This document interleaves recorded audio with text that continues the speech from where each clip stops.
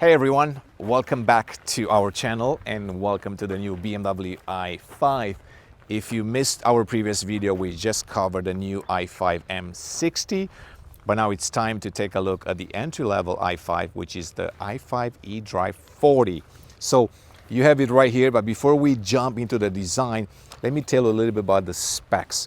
So this one has about 340 PS of power, 430 Newton meters of torque with the e-boost function, so a lot less power than the i5 M60. The EPA range on this car is estimated at around 295 miles, and of course you can still charge this car from 0 to 80% in about 30 minutes. So really no surprise there when it comes to the charging capability of the car. And because it has a lot less power, of course, the 0 to 62 miles per hour, 0 to 100 kilometers per hour time, it's a lot less. It's around 6 seconds. But let's talk about the design, because this is where the two cars are quite different, not just in the specs. So if you look at the front, this one also comes with the M Sport package, not the Pro version. So there are a few less beats on this car than on the i5 M60 you've just seen. And naturally, one big change on this car compared to the M60, because this is the entry level, it's the kidney grille. Same size kidney grille. Of course, it doesn't have the black elements of the M Sport Pro package. So it's all chrome, satin all around. And the kidney grille is also different when it comes to the design, because you have these vertical slats right now compared to the horizontal slats that you saw on the i5 M60. You're also getting this I badge compared to the M badge that was on the other model. Other than that, really, it's the same M Sport package. Of course, you can still get the M Sport Pro package if you want. That's going to add a few more blacked out bits, like the shadow line inside. The headlights are identical in design, so no difference there. They're LEDs. And then, of course, you have these two inner graphics, which are unique to the 5 Series, in some ways resembling the new X1. There are no more laser options, so that blue insert that you see right there, it's actually just for styling purposes. Of course, just like the i5 M60, it's got more of a slanted nose, so a little bit of a shark nose. Of course, that's a nice way to pay homage to the iconic BMW design.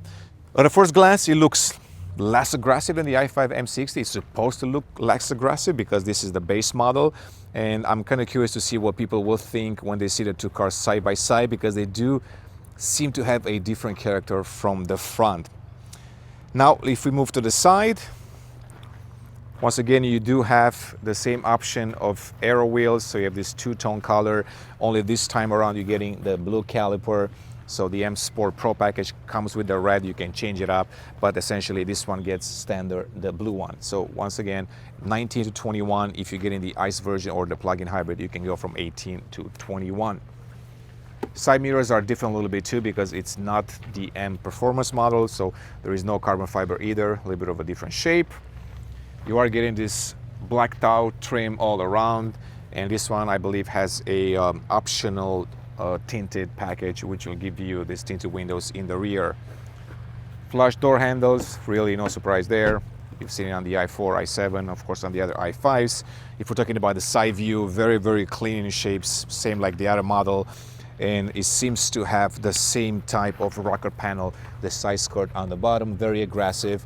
And of course, it emphasizes the width of the car. I've talked about that in my previous review as well.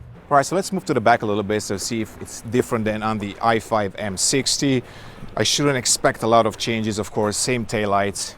The diffuser, it's a little bit different as well, because this is not the M Performance model, so you can see right there, less aggressive, still a piano black combined with some matte black right there, no pipes. Once again, it's an all-electric car. Taillights, as I said, identical, very slick, very slim. You have the eDrive40 right there, so this is a rear-wheel drive car. But other than that, really no changes there. So I would say let's open the car inside and see maybe a different trim spec, because the overall design inside, it's not that much different from the other car. So let's go take a quick look. All right, so as you can see, immediately it's a different spec inside this eDrive40, and that starts with the trim. You're not getting the carbon fiber weave that you've seen before. It's more of an aluminum combination. Very premium in many ways. Interaction bar, once again, you can change the colors on that. Same steering wheel, the only difference is you're not getting that red stitching at the top here So that's really the only change when it comes to the steering design. Other than that, it's really the same. iDrive 8.5, once again, if you've seen the i5 M60 video, I've talked about that a little bit there, but we will have a full detailed review of iDrive 8.5 once again in the next videos. Peganza, once again, so this is their interpretation of vegan leather. So it's not a real leather. It does feel quite premium actually and quite nice, and apparently this might be a popular choice around the world. You can still get a 5 Series and the i5 with leather options if you want to. This one is also perforated, but it doesn't have the cool effects, the M colors inside the perforated leather like the i5 M60. Once again, Bowers & Wilkins are standard, so that's nice to see in the car because that's a really nice high fidelity audio system. So essentially it's like a mini 7 Series, mini i7 inside, and the same thing in the back seat. I'm not gonna go there, but essentially same design as in the i5 M60. So with that being said, let's hop outside. We'll do a quick outro and I'm gonna tell you more about what's coming next. Okay, so this was the BMW i5 eDrive40. Of course, the car will come to the US along with the i5 M60. We'll have a chance to drive the car in the next few months, actually later this fall, and we'll tell you more about that driving experience. If you wanted to see how it drives and what it feels like, we actually had a chance, or I had a chance to drive the car a few weeks ago in Miramar, France, so you can go and watch those videos. I've also talked about the level 2+ driving assistance features there as well. There are quite a few inside this car, so it's worth seeing that. But nonetheless, this is the new BMW 5 Series. What comes next for me, there are two things. I'm going to give you a quick look at the BMW 530e, which is the entry-level plug-in hybrid for the new 5 Series. And then I'm also going to have a full video on the gaming experience inside the BMW i5 because that's new and quite unique. So, as always, thanks for watching, guys, and I will see you in the next one.